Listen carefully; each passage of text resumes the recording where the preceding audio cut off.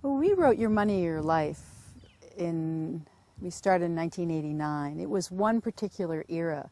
It was an era when we were going into the go-go 90s. People couldn't believe that that book became a bestseller in the 90s, and it was another Gilded Era.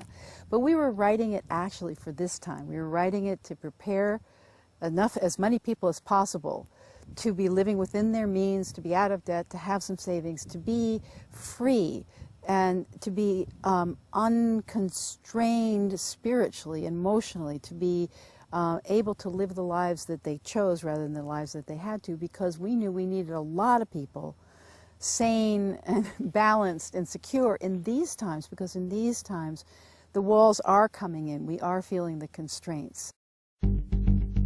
This is Peak Moment. We are living at a peak of human innovation, information, wealth, and health. But we're also at a peak of population and consumption, with rising temperatures and declining resources fueled by cheap oil and gas. Peak Moment Television, bringing you examples of positive responses to energy decline and climate change through local community action. Hi, welcome to Peak Moment. I'm Janaea Donaldson. My guest today has helped to change our lives. It's Vicki Robin, who's the co-author of Your Money or Your Life, which actually we met, you and Joe Dominguez, through the seminar, the tape seminar that he did before that. And I want to start by saying we owe you a debt of gratitude, because it really did change the trajectory of our lives, and getting Rob and I to see what really mattered. A number of our Peak Moment guests, let me back up. I haven't introduced. You're a writer, you're a speaker, you do teleclasses for people, you are community activists and have been for a long while here, and you call yourself a strategic meddler, and we'll maybe find out what all that entails. Thank you. Yeah, Thank you. Well, it's good to be with you, finally. A lot of several of our guests have just along the way in the conversation said, and we did Your Money or Life, and we shifted our lives. I'd like you to let our guests, our visitors know, what is that? How does it work? Give them a little taste snippet. of it. Okay, Your Money or Your Life, I wrote that with Joe Dominguez. It first came out in 1992. It's based on a seminar that we did from 1980, which is based on a way of life we lived in the 70s, which is based on a program that he developed in the 1960s. Wow. For his own early retirement. He was one of those geniuses of the ordinary and of reality. He saw things just the way they were, and when people believed that something else, when people said, here's my pet rabbit, and you say, like, there is no pet rabbit, well, that was money for Joe. Everybody said money's so important, money, it was like success and fame, and he said, there is no rabbit there. He said, what's money really? And why is everybody so engaged in spending their whole lives in what he called making a dime? Because at the end of the day, you're not more alive than you were at the beginning. So you're not making a living, you're making a dying. So a dying, yes. So anyway, so he did this for himself. He had no intention of teaching or developing some big program and becoming famous. And I was one of the first people out of the gate to recognize, this is a way that I can not have to fit my square peg in the round hole or my round peg in the square hole of reality as it's presented to me, selling my time, talent, love, creativity to somebody else. For peanuts. Can I live a life according to my own best lights? And so I adopted it, and eventually we started teaching because people were very curious about why we didn't live the way they lived. So that's the history of it. So it's been around a long time, time-tested. As a book, it was a New York Times bestseller. It was 5 years on the Business Week bestseller list. It sold 1 million copies. I think it's in 12 or 13 languages now. Wonderful. And it's very, very simple and straightforward. It's a 9-step program for tracking and evaluating the flow of money and stuff through your life. Asking the question is, how am I investing my life energy, the hours of my life, to get the money that I need to buy the stuff that I have? And is how I'm investing my life energy getting me a life I love, the life I want?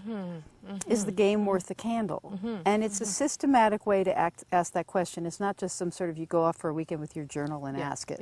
It's day by day. Your object of meditation in this is the dollars that flow through your life. and the stuff that flows through your life. So as you buy something, you know, whether it's the latte or the, you know, the new electric bicycle. I just bought a new electric bicycle. yes. You know, whatever you buy, you actually translate that purchase into how many hours of my life did I invest Yes. in this? And is this how I want to spend my life? It really cracks through the whole set of assumptions about, well, we're all going to, you know, earn and spend and earn and spend and earn and spend, and then we'll retire, and then blah, blah, blah. Yeah, You know, there's a yeah, whole yeah, yeah. miasm around money. And we do live in a culture that encourages us to expand our desires, expand our bundle of stuff, fill our garages. People now buy things on eBay and have them delivered to their storage lockers. You know, but it's all part of that more is better mentality. So this program gives you the tools to just on a daily basis crack through those assumptions, you know, crack through that sort of pet rabbit, you know, that isn't there. And often what people do is they'll drop, if they actually follow it, you know, really integrate into their lives, they'll drop 20 to 25% of their expenses. We did. We cut them probably close to half. Wow. And we realized that that question, when you look at it at the end of each month, I spent that much for my ice creams. Did I get that much time's worth of enjoyment worth it? Or as the Gazingas pins that, Yeah, right. that Joe identified, my little pet thing that I want to spend money on. And when you start to shift to looking at what you buy in terms of the life energy it took, the hours I Yeah. had to spend at work, doing something I don't love and commuting and having to dress the way I was, all of the costs of doing that, it was like highlighted what really do I want to put that energy to. And for me, the carrot of saying, I could retire early and not have to be doing this forever Exactly. was a big carrot. Exactly. Big carrot. Yeah, it was called Transforming Your Relationship with Money and Achieving Financial Independence. That's right. And that is a big carrot. At the same time, I don't think it's the only carrot. Yes. It's a big Yeah. carrot. It's not Yes. the only carrot. Because for me, if people could merely pierce through the assumptions around their identity as an economic being. If I have money, I'm good. If I don't have money, I'm bad. If I have money, I'm good. Not only am I good, I'm thinner and I'm more beautiful. You know, and if I lose And my popular job, and people will love me and- oh, exactly. yeah, sure. You know, if we could just shed that and see money as something that flows through our lives at our own initiation. It doesn't, and that. What makes life worth living? It's not like, oh, the best things in life are free. You know, some of them are. But what makes life worth living is some of them require money, but many of them don't. And we try to buy non-material wealth with money. We try to buy happiness by buying a car. We try to buy Yes, love yes. by whatever, you know, by Dressing getting right or dressing whatever. right. Yeah. And so we're so confused. If people could simply, I just say that's the baseline financial independence. You could get financially independent monetarily, but if you don't go through that questioning process, it'll just evaporate. You'll go back to accumulation again. Sure. So. Yeah. I think what I loved about the work, the 9 steps, is that they were all sensible and they weren't hard, and it unwound the mystery about money. Exactly. Just without a lot of abstract talk about it. Right. I love how you said that. It unwound the mystery around money. That's what I think that the 9-step program does. And it is. It's very simple. It's just, you know, you get square with, you know, how much money have I brought in my life. You do a balance sheet. But you do it because you want to discover, you know, here I am in the middle of my money life, you know, and I think, oh, every time I try to get ends to meet, somebody moves the other end. People feel stuck, a victim. And if you just settle down and take a look at what have I brought in my lifetime, what have I spent it on, how much do I have left, what's flowing through now, how much am I trading an hour of my life for, what's my real hourly wage? Honestly, let's take an honest, objective, kind, sort of ironic look at this whole process. And then you just do this over time, and you start to become aware that, well, if what a job is, it's not my identity, it's not a victim of it, it's just what I do for money. Because I can work not for money. A lot of us do it now. You know, most of my work isn't compensated. I understand. Peak moment is basically not understood, but I work for other things. Yeah, exactly. And know, it's the not joy like of I me- don't have, I have enough at a material level so that I can spend my time working on investing my love and creativity in things that compensate me because I'm part of the larger life and I like doing them and I like to contribute. And so it just helps you to sort of parcel all that out so that money just becomes a small, necessary part of life in the world that we live in, but it's not everything. It's not always the gating item. I mean, in our culture, you're right. We sort of think, I need to have the money in order to do what I want, to be who I want. And I loved it's like Joe just turned it on its head and said, be that loving person or that generous friend or be the person that walks dogs or whatever the be is. And you'll have what you'll have, and the money will be arriving. And it wasn't magical like that. But it's like shifting the inside view of it is simply, it's a tool. The money is a tool. Like there are other tools. Exactly. Like thinking positively, for example. Is another tool. Yeah. I love that you remember that, the be do have. Oh, yeah. Yeah. Because it's so much turns on our head how we used to thinking about it. Exactly. If I have all this stuff, then I will be successful and popular and happy and Right. except the squirrel cage wheel that you both mentioned in the book, where you get a certain level, there's enough, and that was a magic word for many. What is enough for me? Exactly. Not somebody else. Not somebody else's. My enough. Because I there's things I'm willing to live without because I get more time or more chances to walk in the woods or whatever, and I liked that self-definition of it. Yes, of what's exactly. enough. Exactly. And that's the sort of core that I've taken from Your Money, Your Life. Okay. That what is your enough point? Enoughness. What is that experience of enough? And how do we have that experience in every aspect of our lives? Enough friends, but not, a calendar full of appointments, where you just go from one person to the next and you repeat yourself. Or, how much is enough community service? I mean, there's some people who are junkies for community service. They can never say no to a committee. Oh, really? And it's like, or how much time do you have to give to your family? The demands of your grown children, 35 and 37. How much time how much is enough of everything? That's a really radical question because how much is enough food? I mean, right now I'm doing an experiment in the month of September of a 10-mile diet, which is I'm only eating within 10 miles of my home. Wow. And except for I have 4 exotics: caffeine, oil, salt, and lemons. Okay. And if I could get local vinegar, I could let go of the lemons. But it sort of turns that food thing on its head. It's like, we look at food in such an abstract way. How many calories can I have in a day? What do the doctors say? What is the food pyramid? There's so many different ways to parse food, but not in terms of what actually am I experiencing?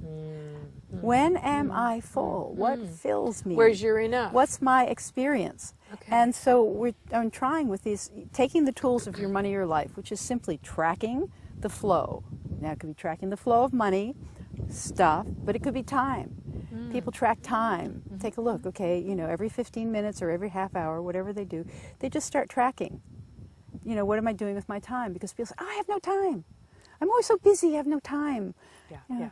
I'm overwhelmed, or I'm bored, or, we have an odd relationship with time. We're just so stressed about time, how it gets filled. So it just gives people the time to examine what's happening with time or food, or I have people look at their calendar. Just contemplate your calendar. What's there and why is it there? And so when you start to do this with money, using these tools like, is the game worth the candle? Who is it who thinks I need to do all that stuff? Sure. What need is being filled by saying yes to those people?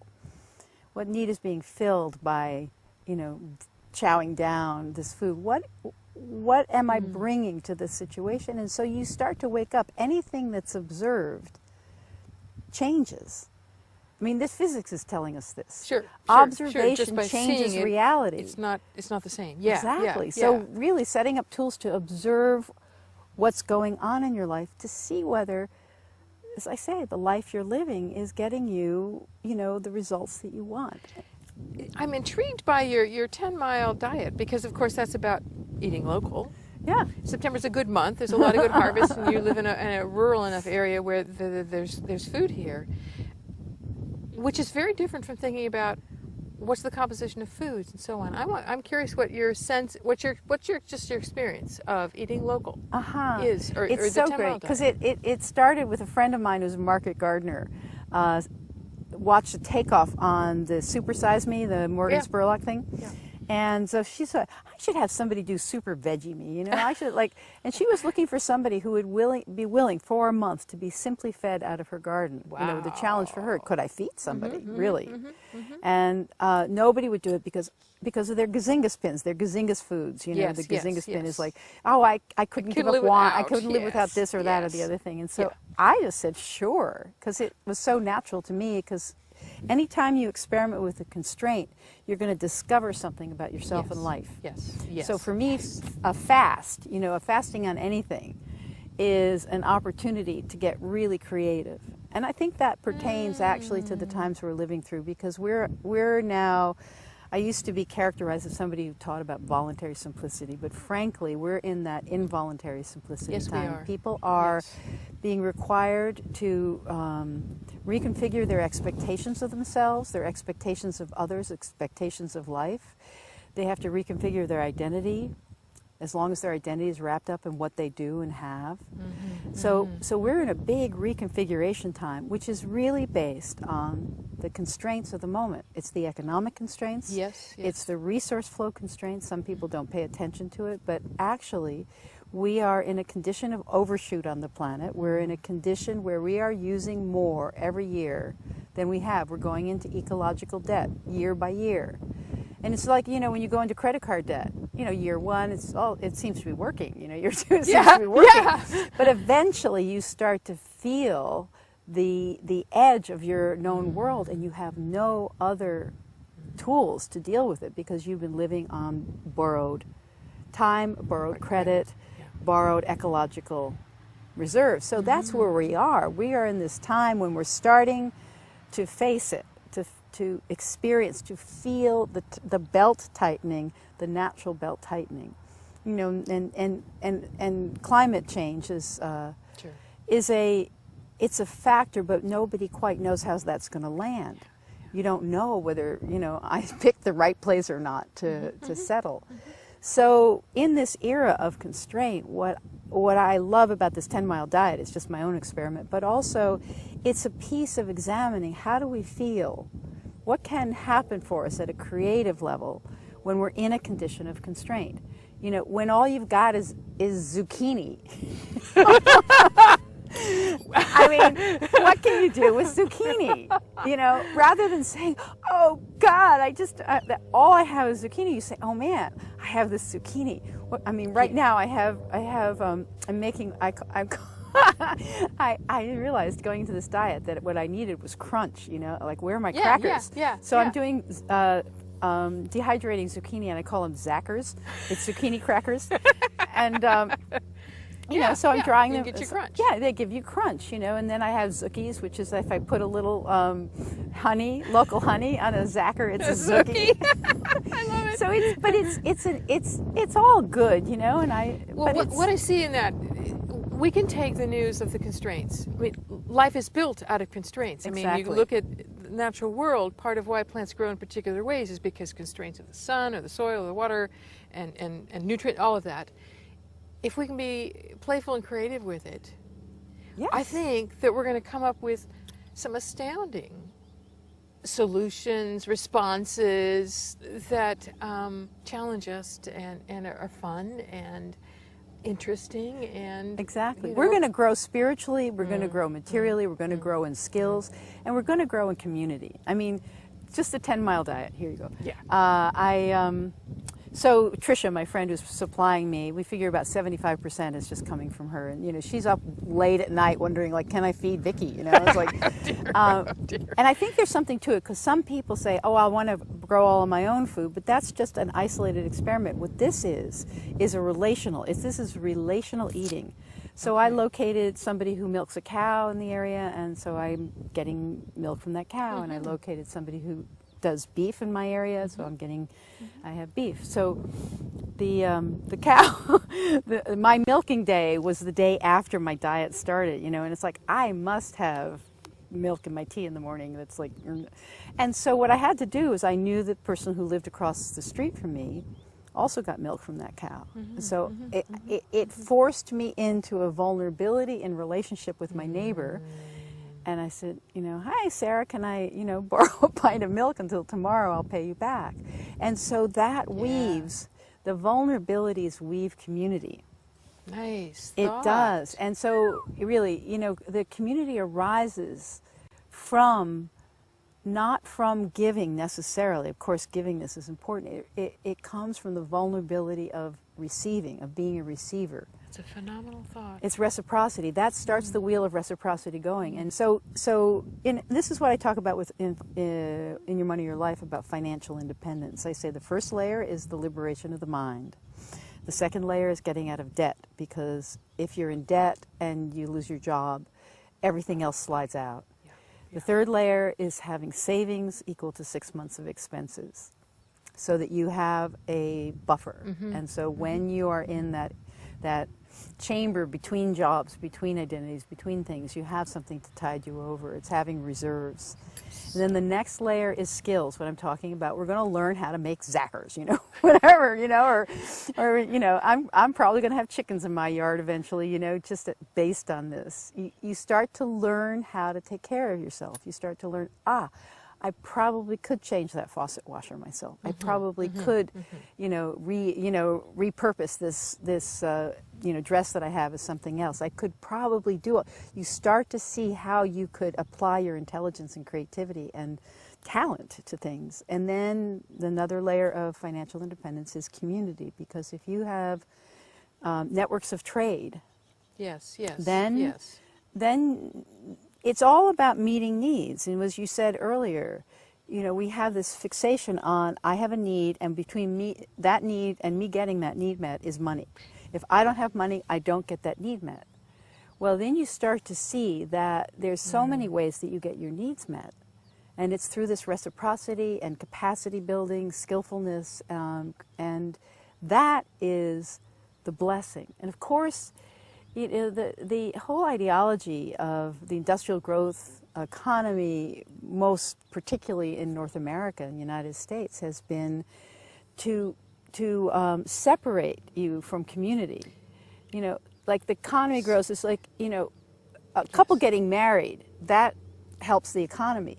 But when they get divorced, that really helps the economy, because now two whole households. It's another refrigerator, another freezer, another car. You know, so like the more separation you can create, the more necessity people have for packing products around them to make their lives work. So as we reverse this flow, as we have a less product-oriented, less packed, less stuffed life, calendar, time, food, money, as we unpack our lives, we're going to start to discover those networks of reciprocity. And guaranteed, you know, all studies in happiness say that happiness is relational. You know, it strikes me that that's really where some foundational security, I mean, security's got to be a core word in here, because we've been taught the only way to be secure is you have enough money stashed away, so if something happens, you pay for some, you know. Exactly. So it's about, but if you have your network, then of people who have other connections, that provides its own, the safety net that has been shredded. Exactly. And we here, another thing I've been involved in is Transition Whidbey. It's one of the early transition town groups that we started 3 years ago. And we've developed something called the Whidbey Community Exchange, and we have a unit of measure called a Terra. And fundamentally what it is it's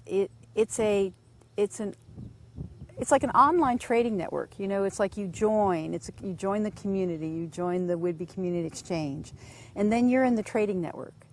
And so you can put anything that you need up there, and you can put anything that you have up there.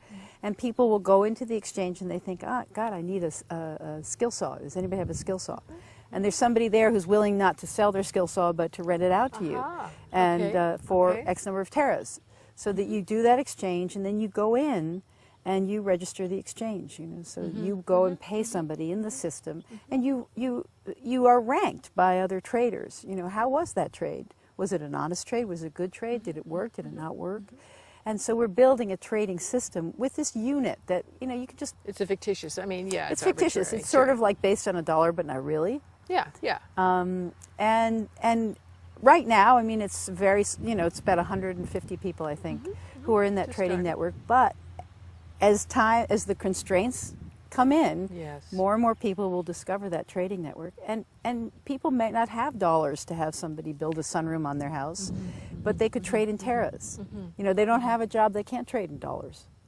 And so it's a backup system. And actually, it says in community we trust, in one another we trust. Nice. And that's what you're living out. It's disintermediation. It's like just where can you take money out of the system? Not because it's bad, evil, and wrong, but it's because it's everywhere where it shouldn't be. And start to have relational eating, relational shopping, where, yes. And I'm lucky. I live in a beautiful little South Whidbey Island. I live in the little town of Langley. There's 1,000 people who live there. And so I go down to get my mail, and I'm tended, between the post office and the grocery store. There's at least 3 conversations that I have where my well-being is being tended. Where people are tracking me. It's this rebuilding of community. Community is the answer. And what is really nice here in our last half second, we have 10 seconds left here, is a lot of people tout community as the answer, but how we get there has been more mystified, and you've just broken down that mystery, the reciprocity. Yes, and the vulnerability and the connection, the asking, the stepping up. And also knowing your boundaries. That's the other part of it, is to live in community, you know your boundaries. You know how much is enough. You've given enough, too much, too little. And you can say no as well as yes. And if you can do that, if you can say no, then your yes means something. Yes, yes, yes, yes. So, no. Yes, yes, yes, no, yes. yes. So this is wonderful. Thank you. You've given us some really juicy material for people. Yeah. You're watching Peak Moment. I'm with Vicki Robin. We're discussing enough and vulnerability and community and abundance. Join us next time.